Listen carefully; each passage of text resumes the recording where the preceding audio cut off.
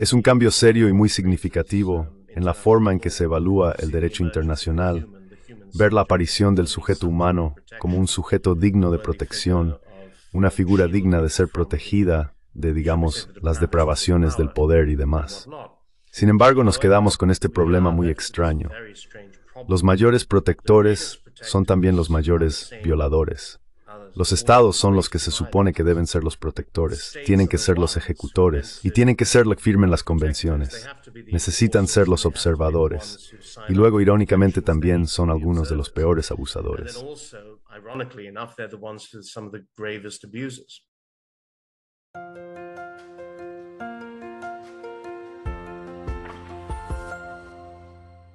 Hello everybody, this is Pascal from Neutrality Studies. Hola a todos, soy Pascal de Neutrality Studies.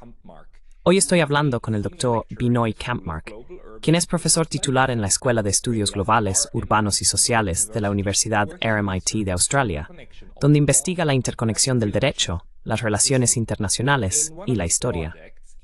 En uno de sus proyectos, rastrea la evolución del discurso del Estado rebelde en el debate político estadounidense. Dado que recientemente estamos viendo este resurgimiento de la idea de un eje del mal, pensé que este es el momento perfecto para hablar con él sobre cómo Estados Unidos aborda esta etiquetación de sus adversarios y lo que eso significa social y legalmente. Así que Binoy, bienvenido. Es un placer estar aquí. Binoy, te encontré a través de un amigo común en la Alianza de Paz Multipolar, Warwick Powell, y vi en tu perfil que estás haciendo esta investigación muy interesante sobre los aspectos legales de volver a etiquetar países de cierta manera. ¿Puedes contarnos un poco más sobre eso?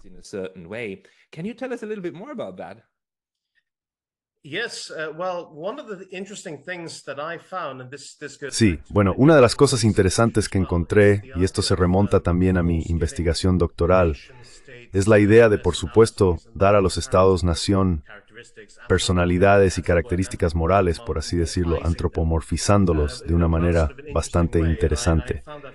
Encontré eso realmente fascinante.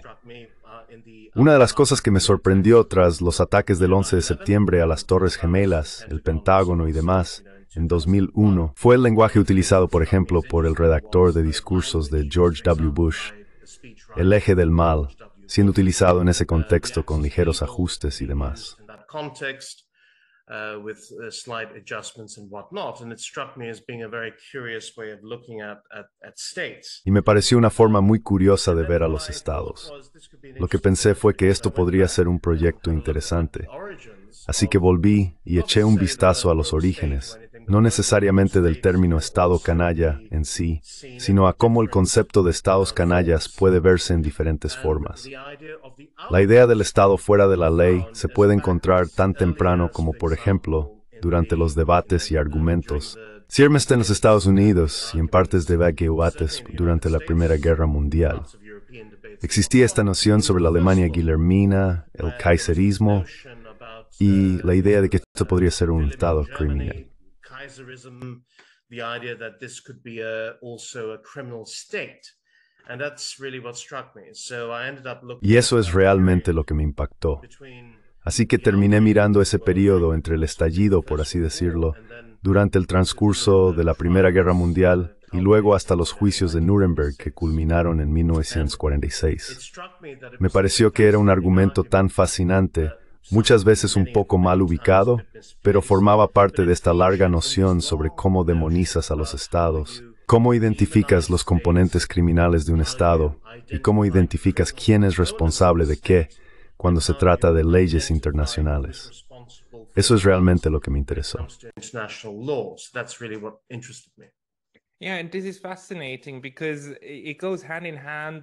Sí, y esto es fascinante, porque va de la mano con la evolución del derecho internacional, ¿verdad? Y la idea que nació después de la Primera Guerra Mundial, de que prohibimos la guerra por completo, ¿verdad? Hasta la Primera Guerra Mundial, la guerra era una prerrogativa del Estado, ¿verdad? No era ilegal. Por eso tenemos el derecho de guerra. Y la idea de los crímenes de guerra luego evolucionó con el tiempo, pero solían referirse a actos ilegales dentro de la guerra, no a la guerra en sí. Y luego dices que el discurso sobre los estados rebeldes va en esa dirección, pero no a nivel internacional codificado, ¿verdad? Porque esto es puramente jerga dentro de los Estados Unidos, el discurso. Purely jargon inside the United States, like discourse. The United States is very interesting. Estados Unidos es muy interesante porque son ellos. Cuando digo ellos, me refiero a los representantes legales y las figuras asociadas con esa línea particular de razonamiento, quienes elaboran muchos de los borradores relacionados con, por ejemplo, la Ley del Mar y la Corte Penal Internacional, pero también son los últimos en adherirse a ellos. Así que hay una especie de paradoja muy extraña para Estados Unidos, donde producen algunos de los documentos legales más significativos en la etapa de redacción, pero luego la política cambia porque el Senado nunca aprobará esas cosas. Así que Estados Unidos, por ejemplo, hasta el día de hoy es, si no me equivoco, uno de los 2 países que no ha ratificado formalmente y firmado la Convención sobre los Derechos del Niño, lo cual es extraordinario porque prácticamente todos los demás lo han hecho.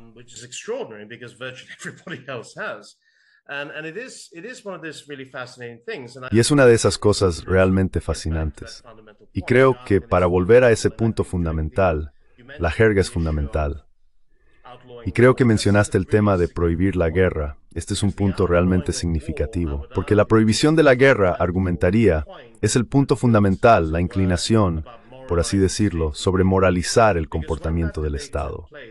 Porque cuando tuvo lugar ese debate que resultó en el Pacto Kellogg-Briand en 1928, y estamos hablando de más de 60 signatarios en ese momento, se creó esta noción de renunciar a la guerra como un mecanismo para resolver disputas.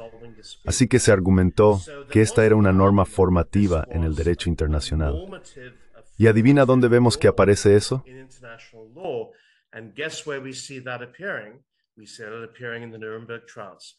Vemos eso aparecer en los juicios de Nuremberg y vemos a los aliados redactándolo como parte de la acusación contra la Alemania nazi como una característica fundamental.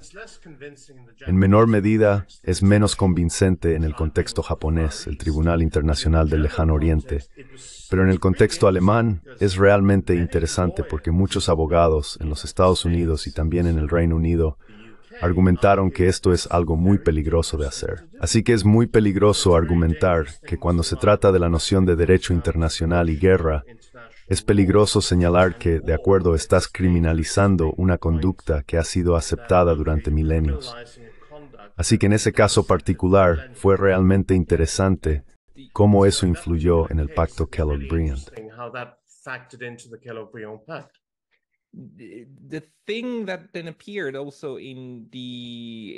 Lo que apareció en los juicios de 1946, ya sea en el Lejano Oriente o en Alemania, es, por supuesto, la cuestión de aplicar la ley retroactivamente, porque fue la primera vez que esto sucedió. Y bueno, eso ya está hecho, ¿verdad? La idea que los abogados de la época también aceptaron, o que los jueces argumentaron, es que estos eran crímenes tan atroces que las personas que los perpetraron debían haber entendido que era criminal, y por lo tanto es válido. ¿Qué opinas entonces del argumento que avanza ahora, que vivimos en un mundo donde Estados Unidos designa a otros estados como per se rebeldes?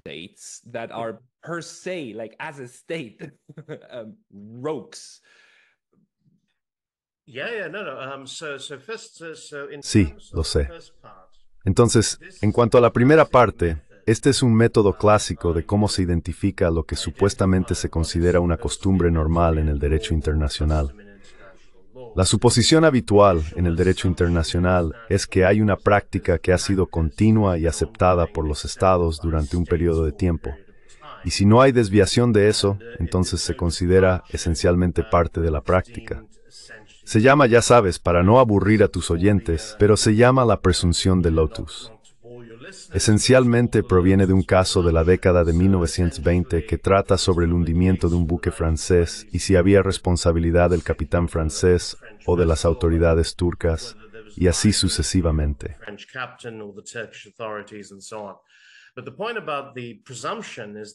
Pero el punto sobre la presunción es que, en términos generales, los estados tienen derecho a hacer lo que quieran dentro de un cierto ámbito, a menos que sea una violación de lo que se considera costumbre. Así que los estados pueden esencialmente hacer lo que quieran. Pero lo interesante sobre la aparición de una costumbre es que a menudo se ve retrospectivamente, porque no sabíamos que era una costumbre en ese momento. Luego, los abogados dirán después, oh, era una costumbre en ese momento. Mistakes the long before.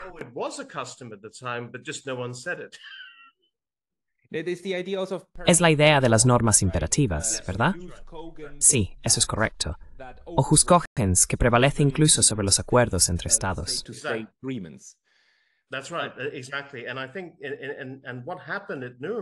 Exactamente, así es. Y creo, y lo que sucedió en Nuremberg en el caso de la acusación, los abogados alemanes argumentaron que esto es absurdo, es retroactivo, retrospectivo. Todos hemos estado librando guerras. No hay concepto. La idea de guerra agresiva es una tautología. Crimen contra la paz es un sinsentido. Pero luego lo que se dijo en respuesta y lo que fue aceptado en el Tribunal Militar Internacional fue que había habido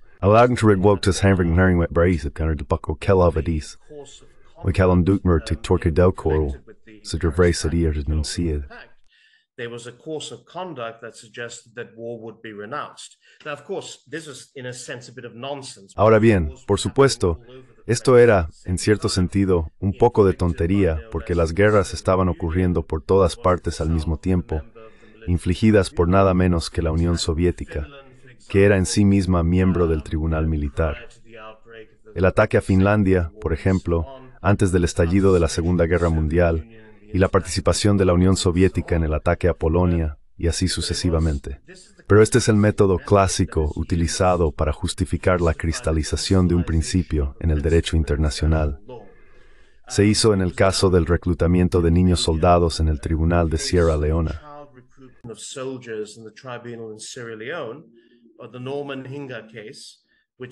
El caso de Norman Hinga presenta la idea de que, y el argumento hecho en ese caso particular fue, bueno, en realidad, ya sabes, cuando se suponía que el reclutamiento infantil debía ser criminalizado, no lo fue. Pero el argumento allí fue que, en realidad, para cuando el reclutamiento estaba teniendo lugar en los años 90 de, ya sabes, niños para ejércitos y demás, se había desarrollado una costumbre que lo prohibía debido a la Convención sobre los Derechos del Niño. Una serie de, ya sabes, el ICCPR, el Pacto Internacional de Derechos Civiles y Políticos, y así sucesivamente.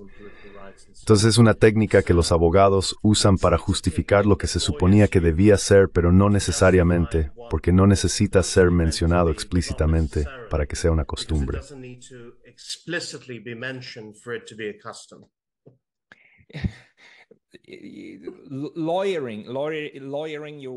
Abogar para llevar el caso a donde quieres que esté. Pero quiero decir, es algo importante, ¿verdad? Que luego desarrolles normas. Y creo que, mirando hacia atrás a 1946, sí, el argumento de que esto fue justicia de los vencedores es fuerte, pero no querríamos rehabilitar a la Alemania nazi en ese sentido y decir como, oh, no, fuiste tratado injustamente. Quiero decir, ese no es el punto.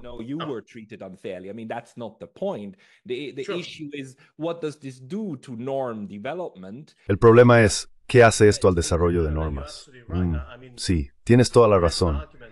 Quiero decir, hay un argumento que se puede hacer de que cada vez es una gran paradoja, que rompes leyes para crear nuevas.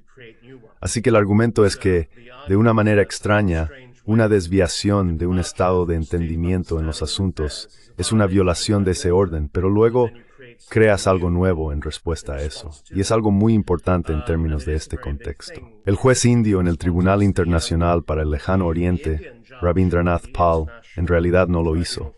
Fue el único juez que absolvió a Japón de todos los cargos. Es cierto, él solo juzgó y dejó muy claro que el tema del crimen de agresión era un disparate. And he made it very clear that the issue of crime of aggression was nonsense, and he also said that how dare essentially Y también dijo, ¿cómo se atreven esencialmente las potencias occidentales a decirle a una potencia oriental, una potencia asiática, que deberían ser criminalizadas por librar conflictos que ellos mismos han estado haciendo con impunidad durante años.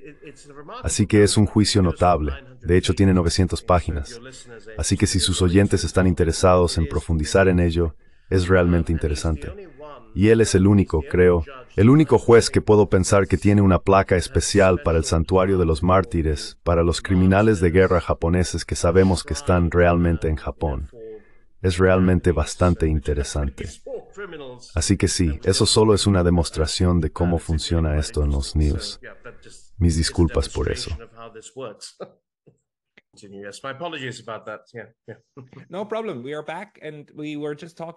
No hay problema. Estamos de vuelta y estábamos hablando sobre esta evolución de la construcción de normas, ¿verdad? ¿Qué sucede entonces cuando estados como Estados Unidos, estados muy poderosos, comienzan a designar unilateralmente a otros estados como algo? Actores del mal. Lo siento. ¿Cuál era el término del que hablamos? Los estados rebeldes. Sí, rebeldes y forajidos y ese tipo de cosas. Y estados terroristas. Porque ya sabes, el problema para el derecho internacional es que tenemos un desarrollo muy largo del derecho de guerra, que en realidad intenta proteger categorías de personas, ¿verdad? Eso es muy importante. Quiero decir, prisionero de guerra es una buena designación. Si estás en una guerra y terminas capturado, te gustaría ser un prisionero de guerra, porque disfrutas de privilegios muy especiales.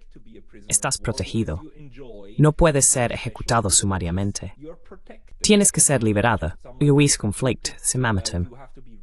Once the conflict is over, you have to be given adequate food and so on. All of this is codified. Tienes que recibir alimentos adecuados, y así sucesivamente. Todo esto está codificado en las convenciones de Ginebra, ¿verdad? Pero si luego cambias la jerga, si de repente dices que esta otra persona no es un combatiente, la otra persona es un terrorista, entonces el terrorista no disfruta de los derechos que conlleva ser un combatiente en un conflicto internacional. Y estamos viendo eso, especialmente con Israel. Israel no reconoce a Hamas como un combatiente. Los ven como terroristas y se toman el derecho de disparar a todos los que sospechan de terrorismo, ¿verdad? No toman prisioneros. Este es un crimen horrible, pero lo justifican diciendo que estos no son combatientes, son terroristas. Punto. Así que no llegan a disfrutar de la ley de la guerra. Ocurre algo similar cuando los estados usan estas nuevas designaciones como estados rebeldes y otros. When states use these new designations like rogue states and others. Oh, totally, because it's precisely on Oh, that basis. totalmente, porque es precisamente sobre esa base de reetiquetado que se da la libertad para abordar los asuntos de cierta manera.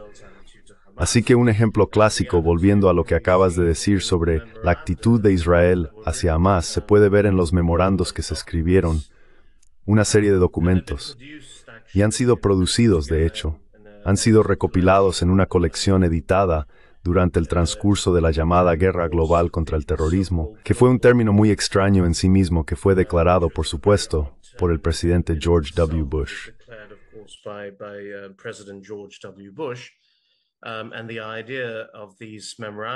Y la idea de estos memorandos era justificar esencialmente el uso del ahogamiento simulado, justificar el uso de la tortura, justificar el uso de varios abusos de derechos humanos, esencialmente porque estas personas eran, y la categoría es muy extraña, la noción de un combatiente ilegal.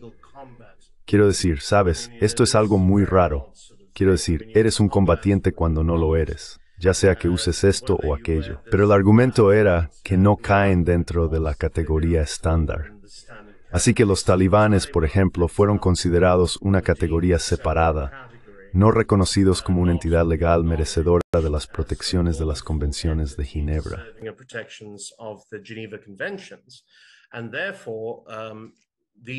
Y por lo tanto, estos individuos podrían ser entregados, podrían ser enviados a estos llamados sitios de operaciones encubiertas, podrían ser enviados a la bahía de Guantánamo y torturados infamemente de la manera en que lo fueron. Es algo extraordinario porque es precisamente una de esas cosas de aliviar la responsabilidad de las leyes de la guerra, simplemente eligiendo otra etiqueta y usando el elemento moral de que, bueno, estas personas obviamente tienen estándares diferentes. Por lo tanto, deberíamos aplicarles estándares diferentes. Lo mismo ocurre con las justificaciones en general sobre la tortura para empezar. Quiero decir, Es muy difícil incluso creer que artículos como este estuvieran tratando el contexto de que la tortura podría ser justificable en algún sentido.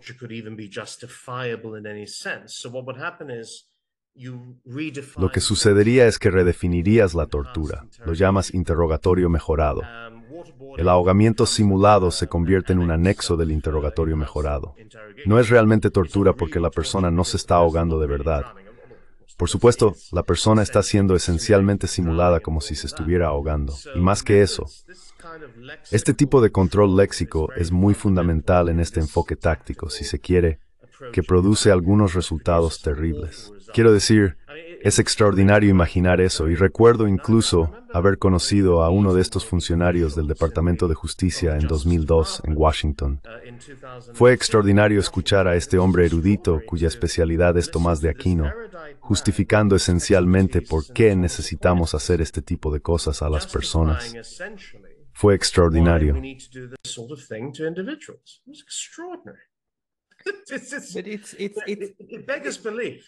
Es increíble, sí.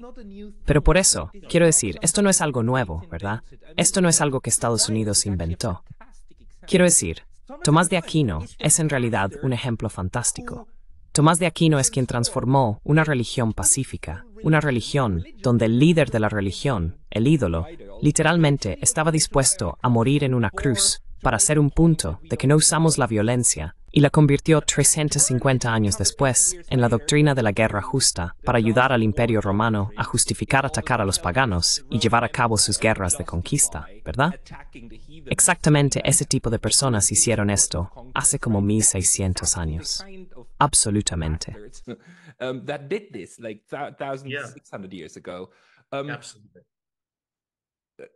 Sí, de hecho. ¿Encuentras como una continuación de esto?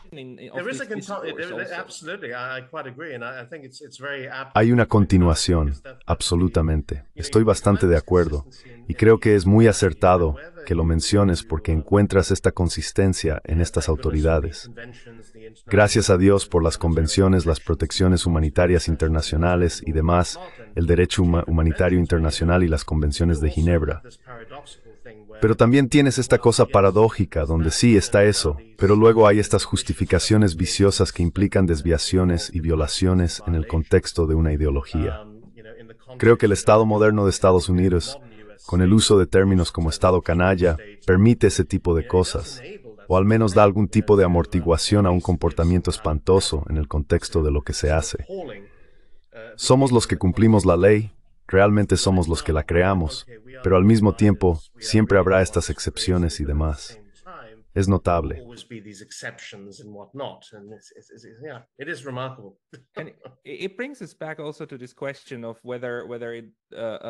Esto nos lleva de nuevo a la cuestión de si, al final, Tucídides o los atenienses en Tucídides tenían razón. Ya sabes, los fuertes hacen lo que quieren y los débiles sufren lo que deben. Pero el desarrollo del derecho internacional, y tuvimos este debate justo esta semana en una conferencia aquí, también muestra que hay una fuerte resistencia contra esto, ¿verdad? Una mayoría de estados en realidad no acepta esto. Algunas de estas normas, como el waterboarding, de repente se convierten en parte de la sociedad educada, utilizando formas de eludir tratados contra la tortura. Y tenemos tratados internacionales contra la tortura. Entonces, en general, ¿crees que ves un fortalecimiento del derecho internacional, o más bien un debilitamiento de estas normas?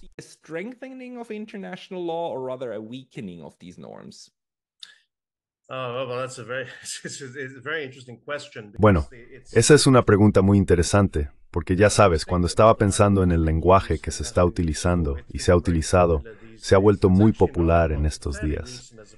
Y en realidad no es un fenómeno bastante reciente. Supongo que surge debido a la aparición de las potencias BRICS y otros países en respuesta al orden liderado por Estados Unidos.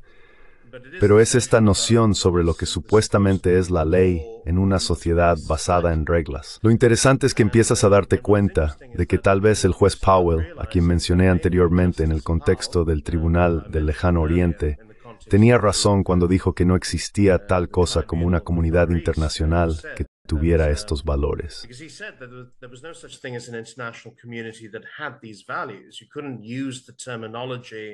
No se podría usar la terminología de un marco internacional global, un orden basado en leyes que gobernaría la conducción de la guerra de la misma manera que se podría en otros contextos, tal vez. Y eso plantea el interesante punto de que los mismos países que siguen usando la terminología de defender estas leyes son los mismos países que las violarán cuando quieran, y así sucesivamente. El hecho es que muchos países siguen las leyes, siempre lo hacen. Es interesante, por ejemplo, que las leyes del mar son realmente cumplidas por muchos Estados miembros. Es realmente interesante. Y creo que no suele aparecer en la prensa. El cumplimiento nunca tiende a ser noticia. La falta de cumplimiento sí.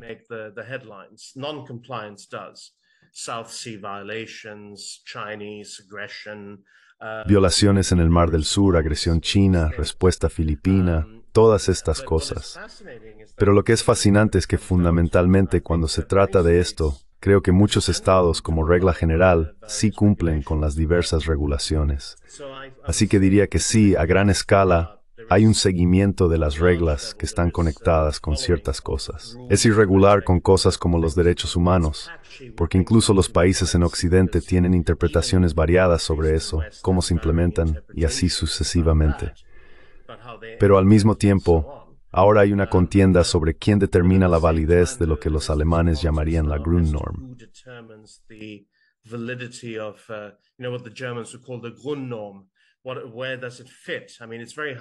¿Dónde encaja? Quiero decir, es muy difícil identificar uno en el espacio internacional, pero no obstante es importante señalar que la mayoría de los países están de acuerdo en que ciertas cosas deben seguirse, y generalmente lo hacen. Pero esto, argumentaría yo, va muy en contra de los intereses de Estados Unidos y sus aliados. Comenzar a usar este argumento. Este es el orden internacional basado en leyes. Porque seamos realistas, fue dictado al final de un arma, o al final de una marina o flota y demás. Y creo que esto es algo que a menudo se olvida, que no es necesariamente algo objetivo, pero aún tiene un pacto de poder que lo justifica. Y debo añadir algo que confundí antes. Tomás de Aquino, a quien mencionaste junto con San Agustín. Agustín es de quien estaba hablando. Lo siento por eso. También para los oyentes, lo confundí. No quiero hacer una injusticia a Tomás de Aquino. Tienes que tratar con el hombre de Hippo. Sí, así es, el Hippo. Sí. De todos modos, volviendo al desarrollo de esta norma, tuve un invitado en este programa. Going back to this norm development, it's I had a guest on this show, Chas Freeman, a former U.S. ambassador, and he Chas Freeman, un ex embajador de Estados Unidos, hizo la observación muy ingeniosa de que esta idea, que en realidad solo tiene unos pocos años, el orden internacional basado en reglas, es una nueva jerga para hablar de algo que no es derecho internacional, pero que se supone que debe sonar como si lo fuera. Observó que la jerga del orden internacional basado en reglas es en realidad lo opuesto a la ley. No es el Estado de Derecho, es el gobierno por ley, porque abusas del derecho a establecer qué es la ley caso por caso. Nunca explicas cuáles son realmente las reglas, a través de lo cual creas un tipo de sistema distópico de inseguridad para que seas el único árbitro de lo que se supone que debe suceder, lo cual es lo opuesto a lo que Estados Unidos a menudo representa, ¿verdad? Which is the opposite of what the United States often stands for, right? Everybody is bound by the same rules, but we know now that is definitely... Todos están sujetos a las mismas reglas, pero ahora sabemos que eso definitivamente no es cierto en el ámbito internacional. Y también sabemos que internamente, también, Estados Unidos parece ser bastante selectivo. Quiero decir, en resumen, Donald Trump es el primer presidente en la historia de Estados Unidos en ser acusado de comportamiento ilegal.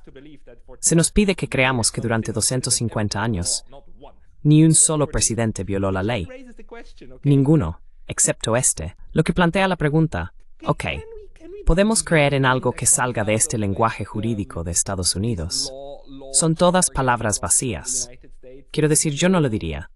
Creo que la idea del derecho internacional y el derecho interno es muy buena. Pero ¿qué deberíamos tomar en serio y qué no?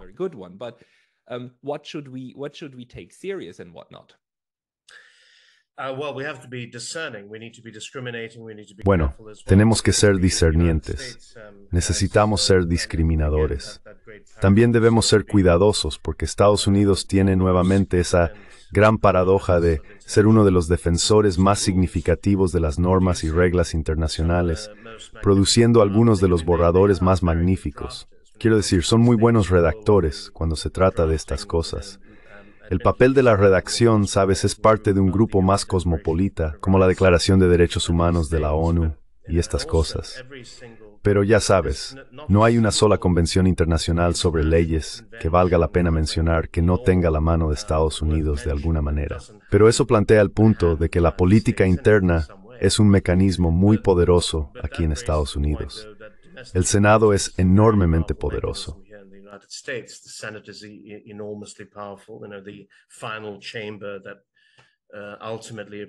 La Cámara Final, que finalmente aprueba la ratificación de documentos y demás. Y además de eso, los Estados Unidos, siendo el poder que es, en realidad se retirará en ciertos puntos. Y no olvidemos, los Estados Unidos son una muy buena comparación o emulador para observar qué es el Reino Unido. Veamos, por ejemplo, lo que sucedió muy recientemente con el llamado acuerdo y el arreglo hecho con las Islas Chagos, donde supuestamente después de este periodo de tiempo, entre 1968-73, en realidad fue un poco antes, de 1965 a 1973, los isleños de Chagos fueron expulsados de este pequeño archipiélago de islas en el Indo-Pacífico. La base fundamental fue crear, esencialmente para los Estados Unidos, esta enorme base estratégica llamada Diego García, o la base de Diego García.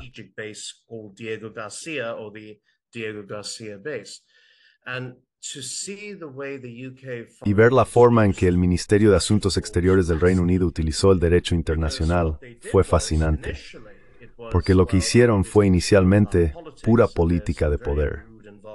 Hay algunos comentarios muy groseros y vulgares en la correspondencia del Reino Unido con sus homólogos estadounidenses sobre eliminar a los Tarzanes y los Viernes de Robinson y todo eso. Y una vez que hagamos eso, tendremos las islas para que las usen, que es exactamente lo que hicieron. Así que se deshicieron de ellos. Expulsaron a los isleños del complejo que originalmente estaba bajo control mauriciano. El acuerdo que se hizo recientemente, literalmente a principios de este mes, fue que todo sería devuelto supuestamente al control mauriciano, lo cual es problemático en sí mismo.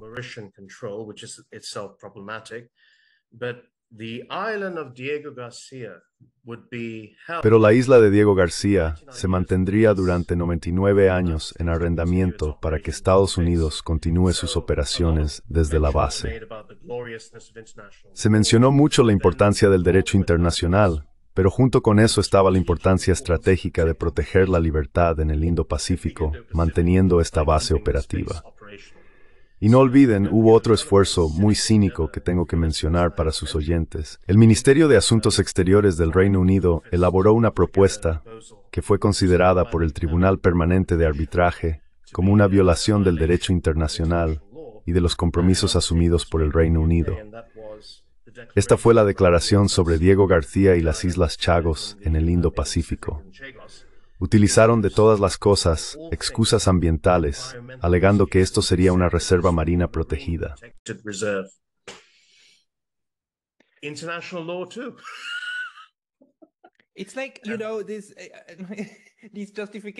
Es como, ya sabes, estas justificaciones que me estás diciendo aquí.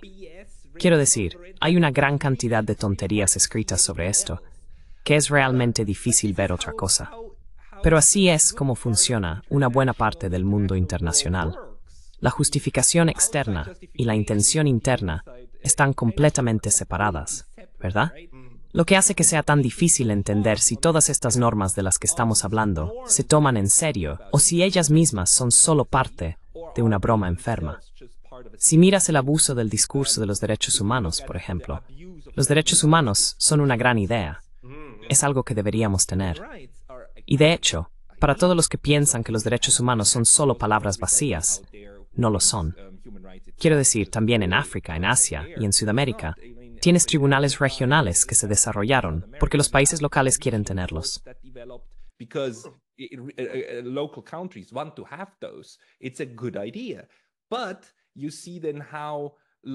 Es una buena idea.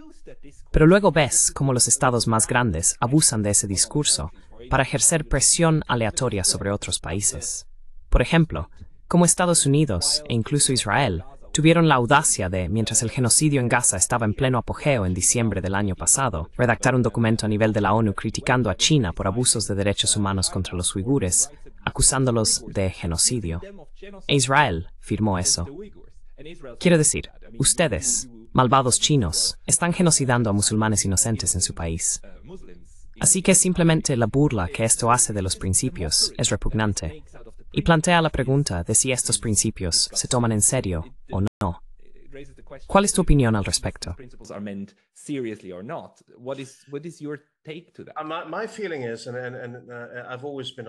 Mi sensación es, y siempre he tenido la opinión, de que es un cambio serio y muy significativo en la forma en que se evalúa el derecho internacional, ver la aparición del sujeto humano como un sujeto digno de protección, una figura digna de ser protegida de, digamos, las depravaciones del poder y demás.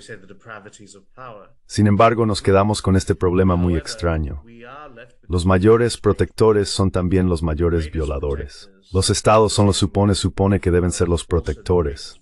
Tienen y tienen que ser los que firmen las convenciones. Necesitan ser los observadores.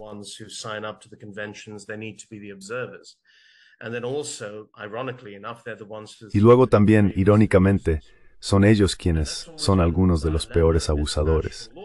Y ese siempre ha sido el dilema del derecho internacional, pero también específicamente con el derecho de los derechos humanos, donde mientras haya instituciones internas fuertes en un Estado, algunos de estos aspectos graves pueden ser tratados y moderados en cierta medida.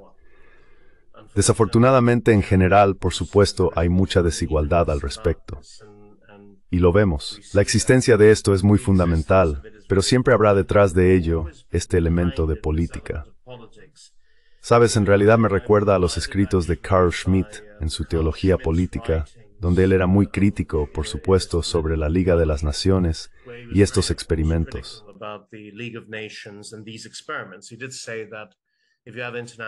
Él dijo que si tienes sistemas internacionales que están regulados de esta manera, la paradoja de tener un sistema internacional, así es que crea guerras, no detiene guerras.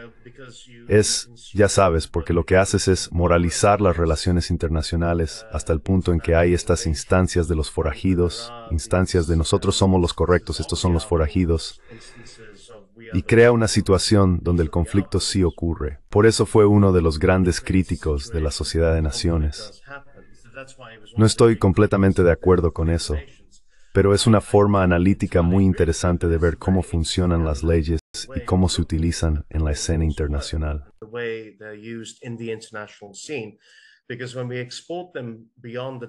Porque cuando los exportamos más allá del ámbito doméstico, donde al menos podemos controlar las cosas de ciertas maneras, los estados internacionales simplemente operan en ese otro nivel donde se siguen ciertas cosas, pero habrá desviaciones. Así que la mejor manera, creo, de tratar con el derecho internacional es intentar encontrar un mecanismo por el cual estas desviaciones puedan hacerse menos viciosas, menos terribles, por así decirlo. Porque ese es el gran problema. Y especialmente cuando se trata de las grandes potencias, las que tienen el poder. Y ese es un problema enorme.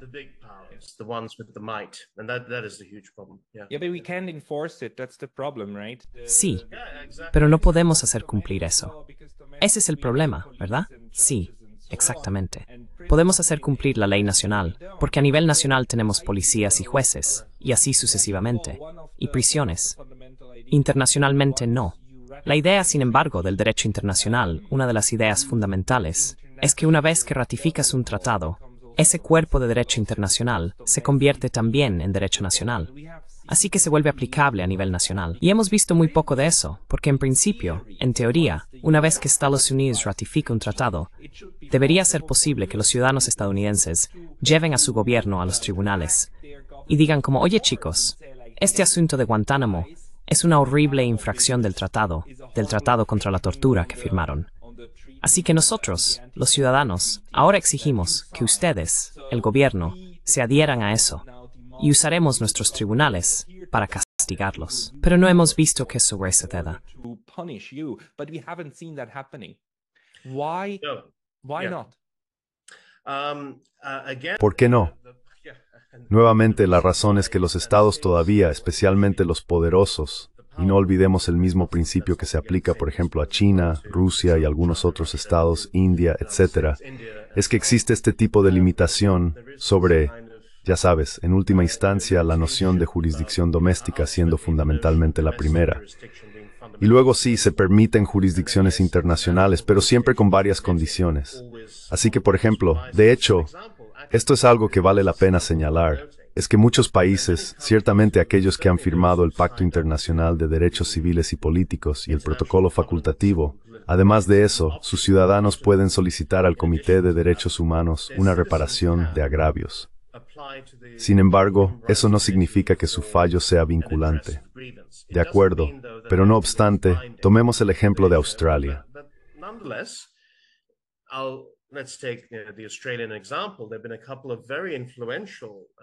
Ha habido un par de quejas muy influyentes, por así decirlo, que han resultado en cambios genuinos en la legislación nacional.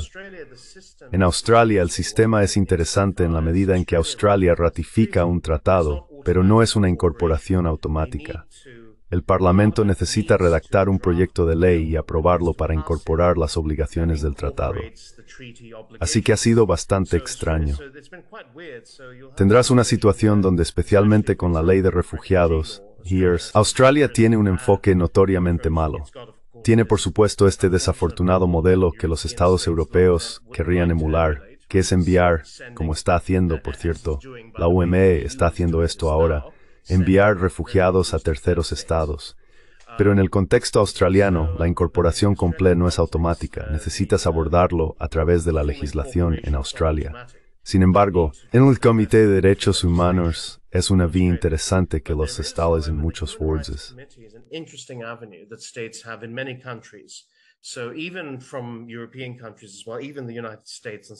Incluso desde países europeos, así como desde los Estados Unidos en cierto nivel, puedes solicitar que se aborde tu queja sobre una violación de algunas de las protecciones clave de la Convención. En 1994, por ejemplo, hubo un caso muy famoso en Australia llamado el caso Toonen.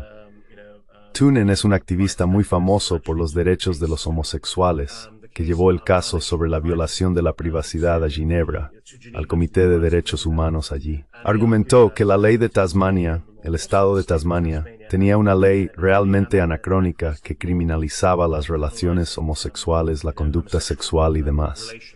Tuvo éxito y dijeron que la provincia del estado aquí no debería interferir en la privacidad de las elecciones de uno cuando se trataba de parejas sexuales y demás.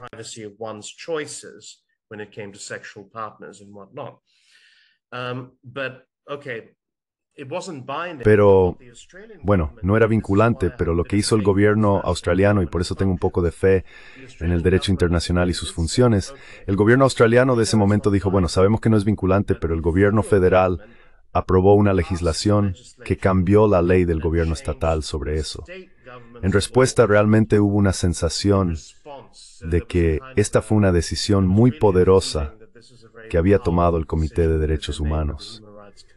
Y de hecho, influyó directamente, y eventualmente, aunque de manera un poco indirecta, en la ley interna de un país. Correcto. Así que creo que hay una especie de efecto de filtrado. No es inmediato, pero ocurre a lo largo de una serie de etapas. Pero es muy evidente que sí sucede.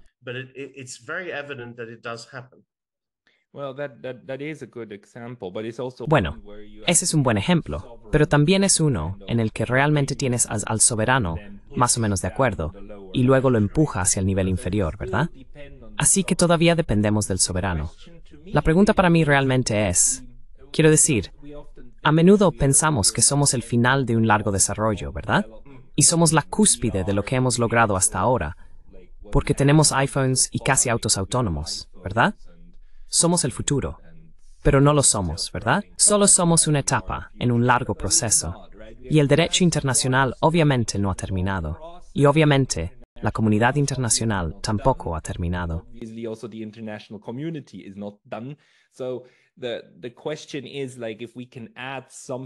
Entonces la pregunta es, si podemos añadir algo, ¿qué sería? Porque lo que estamos viendo nuevamente ahora es que el Estado, el soberano, está anulando los derechos de otras comunidades cuando hacen guerras y matan a 500.000 de iraquíes solo para deshacerse de Saddam, porque pueden, pero también contra su propia población, ¿verdad? La Constitución alemana tiene esta idea interesante en su Constitución, la ley fundamental, como se llama, de los llamados Abwehrrechte, o derechos para repeler o rechazar algo que proviene del gobierno central, ¿verdad? Something that comes from the central government, right? Because the memory of Hitler just suddenly... Porque la memoria de Hitler, de repente, ya sabes, haciendo todas estas cosas horribles e ilegales, y obligando a la gente a hacer cosas altamente inmorales bajo el pretexto de que esto es una ley. Y los derechos humanos, en cierto sentido, son similares a eso, en el sentido de que existe esta idea de que en ciertos momentos los individuos tienen el derecho de decir no a sus propios gobiernos y decir, como, incluso si haces una ley, esto no me obliga porque en realidad estás violando Jus cogens, también estás violando los derechos del individuo. Y en tu opinión, ¿puede ese mecanismo funcionar, ser aumentado o fortalecido para que el soberano pierda un poco de este poder dracónico que realmente tiene?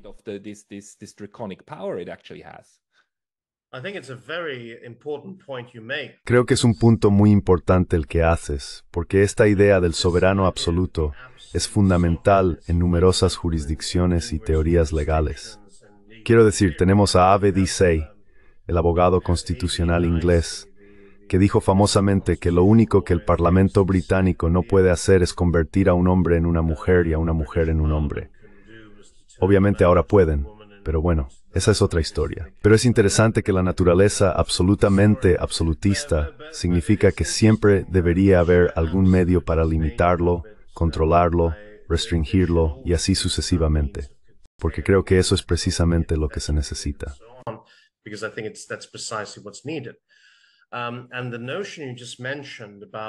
Y la noción que acabas de mencionar sobre responder a las obligaciones que tenemos, por así decirlo, hay ciertas obligaciones que trascienden al Estado. Quiero decir, para mí, el derecho internacional es tradicionalmente, por supuesto, ha sido el derecho de los Estados. Pero cuando lo desglosas, ahora es también el derecho de los sujetos. Son decisiones individuales que tomamos en el campo de batalla y en la guerra, y cuando se trata del derecho humanitario, cuando se trata de los derechos humanos. Creo que es importante plantear esto porque creo que es una ilustración muy clara y perturbadora de tu punto. Hubo un caso reciente que es significativo en la guerra australiana que ocurrió, que tiene ecos internacionales, por así decirlo. Y ese fue un denunciante llamado David McBride.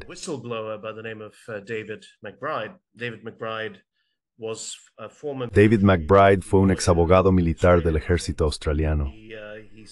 Sirvió en Afganistán durante un par de misiones con las fuerzas australianas allí. Con el tiempo, acumuló un dossier de crímenes de guerra realmente espantosos.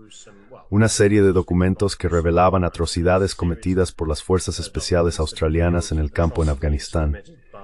Para sus oyentes que no están familiarizados, incluso las fuerzas especiales de Estados Unidos pensaban que las fuerzas australianas eran un poco temerarias. Imagínate eso. Decían que algunos de estos personajes entraban en las aldeas y se involucraban en un tipo de comportamiento que haría estremecer a cualquier abogado internacional.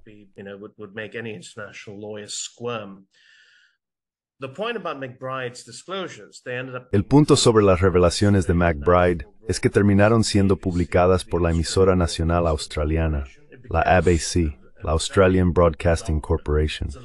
Se convirtió en un documento muy importante, una serie de documentos emblemáticos que alegan mala conducta y criminalidad australiana en la guerra, violaciones no solo de la ley australiana, sino también de leyes internacionales, y una serie de otras disposiciones. Ahora está cumpliendo una sentencia de prisión y está apelando el caso. En su juicio hubo un punto muy interesante planteado por sus abogados defensores. Sus abogados defensores argumentaron que estaba trascendiendo su deber, es decir, el juramento de lealtad al soberano, al divulgar el material.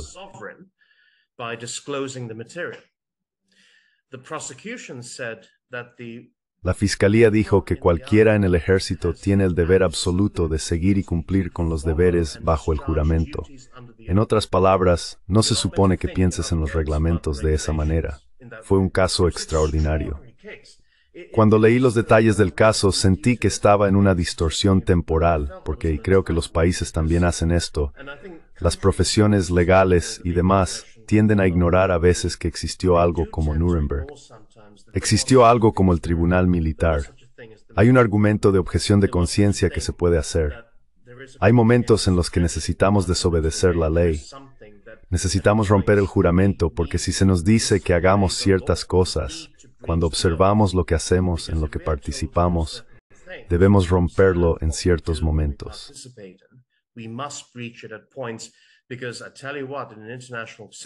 Porque te digo algo, ciertamente bajo la Carta de Roma y el Estatuto de Roma para la CPI, la Corte Penal Internacional, seguiste la orden soberana, pero eso resultó en un crimen de guerra. Y es interesante que en la ley australiana, como ejemplo, eso no parecía filtrarse al aspecto militar. Fue extraordinario. Ninguno de los fiscales mencionó jamás el Estatuto de Roma. Ninguno de ellos mencionó Nuremberg. E incluso insinuaron que ese aspecto no aplicaba en absoluto, lo cual es un disparate. Sí aplica. Ahora se está litigando, se está llevando en apelación, así que será realmente interesante ver qué sucede allí. Es solo, ya sabes.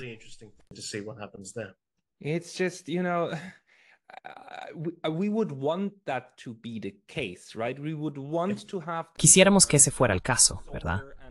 Quisiéramos tener la norma de que el soldado y el funcionario público realmente tengan el bien de la comunidad en el corazón y no el éxito de la política del gobernante. Sí.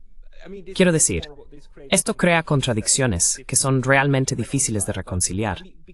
Pero porque vemos esto, quiero decir, también hubo este caso muy famoso en Alemania después de que cayó el muro, y Alemania Occidental absorbió a Alemania Oriental. Y luego la Fiscalía Federal de Alemania Occidental procesó a soldados en la antigua Alemania Oriental que dispararon y mataron. Sí, es correcto. Former East Germany who shot and killed the border guards. Yes, that's right. Yeah, that's right. The problem, of course, that the East German soldiers, they were El problema, por supuesto, era que los soldados de Alemania del Este actuaban de acuerdo con la ley y cumplían con su deber hacia el Estado de Alemania del Este. Pero luego, después de que Alemania Occidental ganó, argumentó que, no, una ley moral superior. Deberías haber sabido que lo que estabas haciendo era un crimen contra la nación alemana. Y por lo tanto, es nulo y sin efecto, y deberías haberte negado a disparar. Enviaron a personas a prisión por muchos. Esos fueron infames. No, recuerdo haber seguido eso de cerca. Fue extraordinario. También es como una especie de concepto precisamente, sí, guardias fronterizos disparando a personas al otro lado. Sí, eso es correcto. Es solo que por razones prácticas, lo que nos queda es que en 2024, ya sabes, si lo formulamos un poco, quiero decir, un poco bruscamente, es que el único crimen de guerra que te lleva a ser colgado del cuello es perder una guerra, ¿verdad? Pero mientras no pierdas, mientras sobrevivas, serás parte del próximo régimen gobernante y estarás bien protegido, ¿verdad? De cualquier tipo de daño. Entonces la pregunta es, ¿cómo cambiamos eso? So the question is, how do we change that?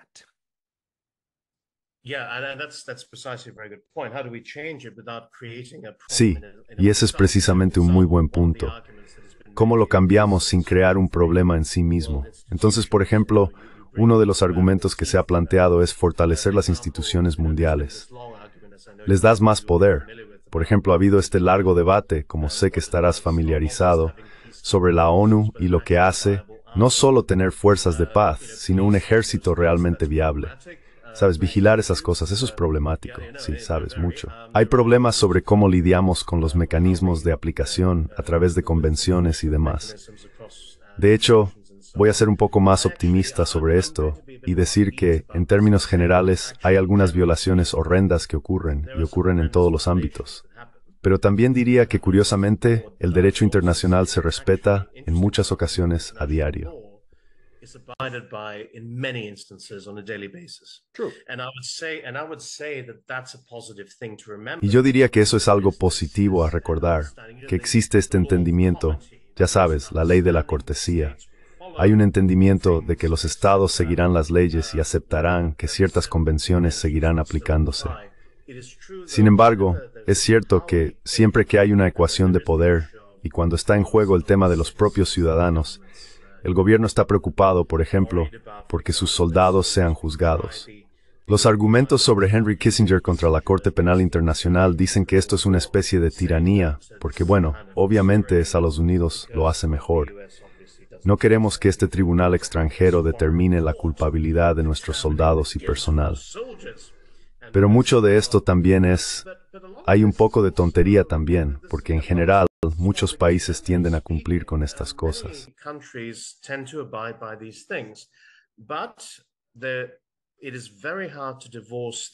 Pero es muy difícil separar la ecuación del poder de la práctica de ciertos aspectos del derecho internacional.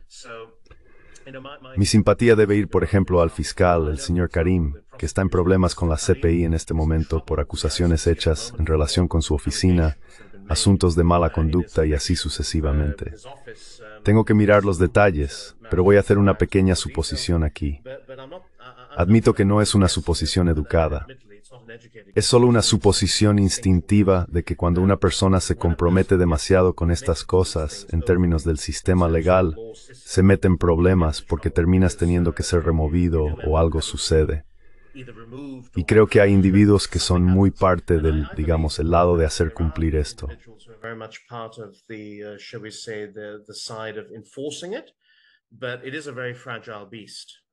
Pero es una bestia muy frágil. Muchos países todavía intentan hacerlo bastante bien con este tipo de cosas. Sabes, se me ocurrió pensando en ello.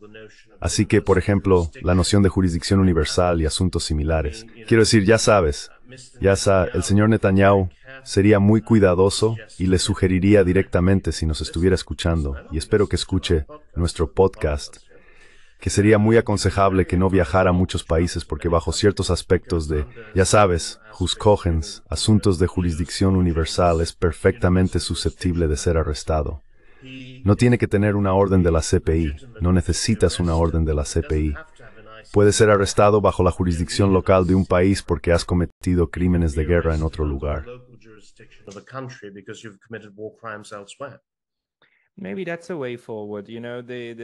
Tal vez esa sea una forma de avanzar, ya sabes, más jurisdicciones locales, porque me temo que todos estos diseños que crean más centralización en la cima son realmente fáciles de subvertir y luego abusar.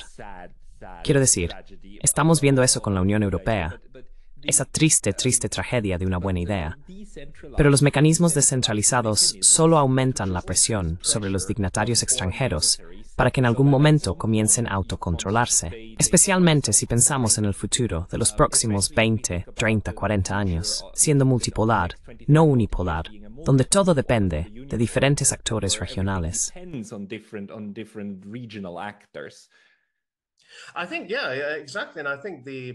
Creo que sí, exactamente. Y volviendo al punto, es una manera muy agradable para mí de introducir al hombre que mencioné antes, el crítico de la CPI, que enfrentó un par de problemas legales domésticos, demandas, y una de ellas fue en Gran Bretaña. No llegó a ninguna parte porque el juez simplemente dijo que no era factible, dado el hecho de que el hombre no estaba en la jurisdicción, el hombre siendo, ya sabes, Henry Kissinger. Pero recuerdo que el fallecido Christopher Hitchens, el escritor Christopher Hitchens, dijo que porque escribió este libro, por supuesto, esencialmente sobre los crímenes de guerra de Henry Kissinger.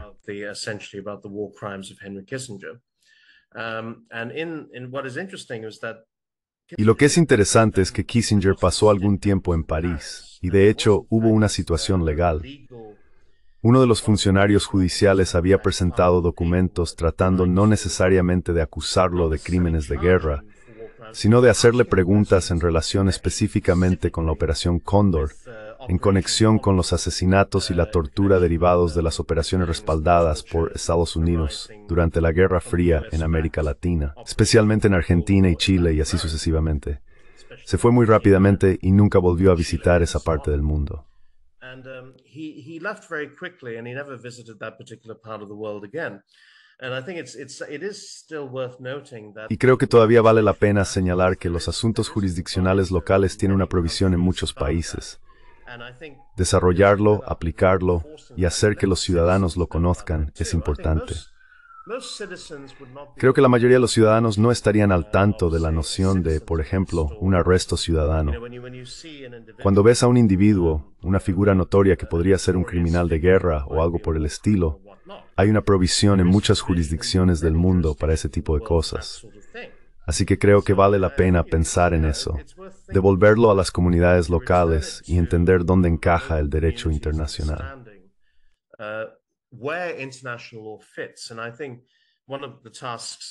Y creo que una de mis tareas en mis conferencias, como consideraba mi carga de conferencias, pero también un placer, es una carga con placer, es tratar de explicar a los estudiantes la interrelación entre el derecho internacional y la jurisdicción nacional. Es esencialmente lo que estamos discutiendo hoy, y hacer que los estudiantes sepan dónde vinculan los dos. La Declaración Universal de los Derechos Humanos no es solo algo abstracto. La Convención Internacional sobre los Derechos Humanos, el Pacto Internacional de Derechos Civiles y Políticos, la gama de estos instrumentos internacionales no son abstractos. Son una parte muy importante del tejido vivo de una sociedad legal.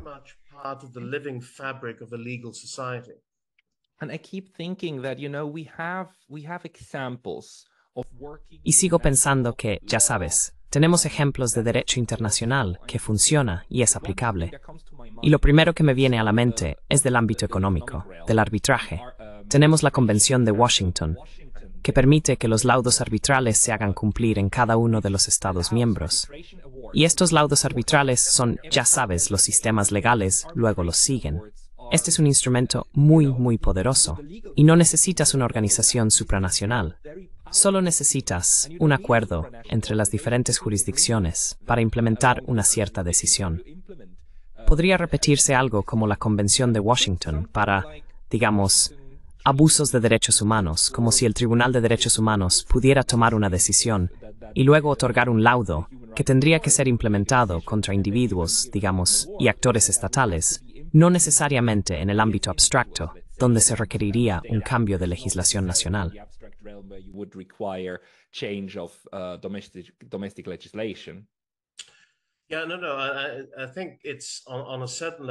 Sí, no. Creo que en cierto nivel eso sería factible. Bueno, en cierto sentido, ya puedes ver eso, aunque todavía se basa en la noción de cortesía y reconocimiento de los estados. Eso es cuando se buscan acciones legales para obtener compensación por ejemplo, actos de terrorismo o lo que sea. Así que, por ejemplo, el atentado de Lockerbie es un ejemplo.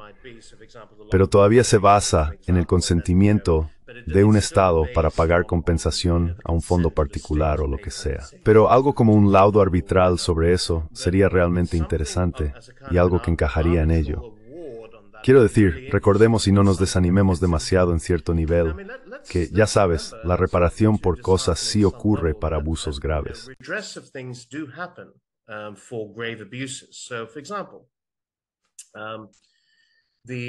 Entonces, por ejemplo, estoy pensando en el caso de 2004, cuando el Servicio Secreto de Inteligencia de Australia, ASIS, intervino las oficinas diplomáticas de la Delegación de Timor Oriental mientras negociaban los derechos de petróleo y gas del Mar de Timor. Es una de las cosas más notorias e indignantes, pero realmente era típico del ambiente de la época. Esto también tiene una conexión con las violaciones de la ley y los denunciantes, porque hubo un agente en los servicios australianos que reveló públicamente que esto sucedió. Luego se reveló la información.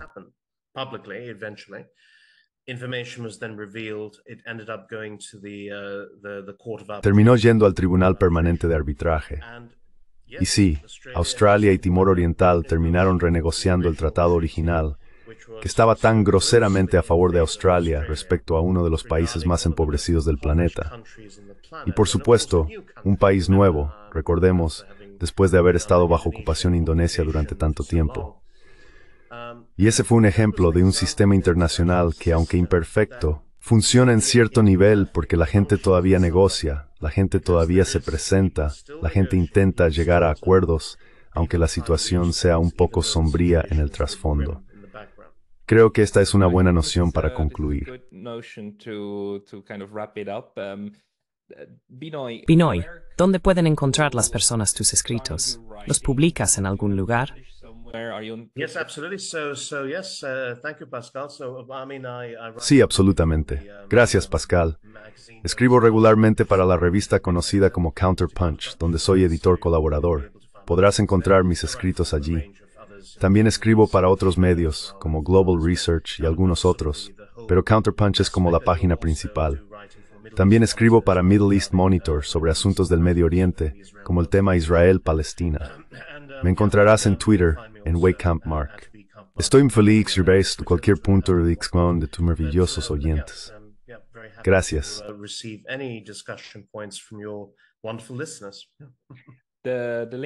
Los enlaces estarán en la descripción a continuación. Todos, por favor, sigan a Binoy Campmark. Binoy, muchas gracias por hoy. Gracias, Pascal. En cualquier momento. Thank you, Pascal. Anytime.